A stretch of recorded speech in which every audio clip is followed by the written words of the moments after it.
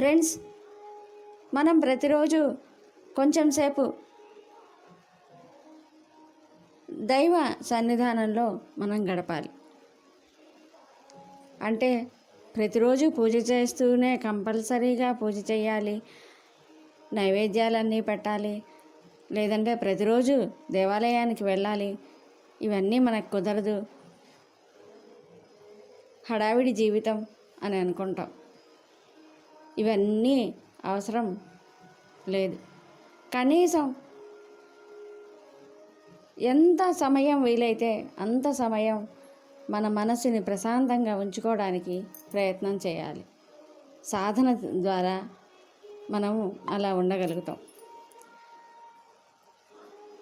ఏ రోజుకి సంబంధించిన దైవం ఆ రోజుని స్మరిస్తారు కొంతమంది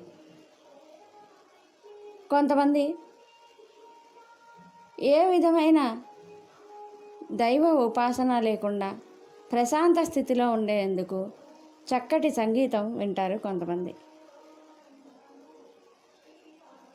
అలాగే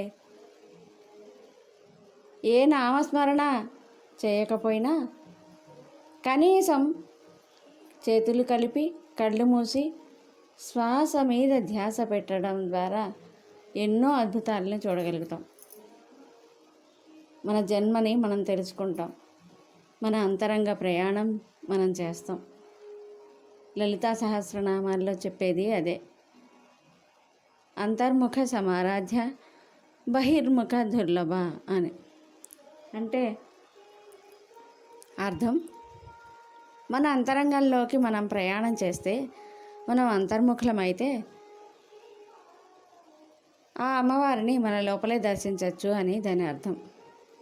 మనం బాహ్య ప్రపంచంలో ఎంత వెతికినా ఆ పరమాత్మని మనం చేరుకోలేం, మనశ్శాంతిగా ఉండలేం.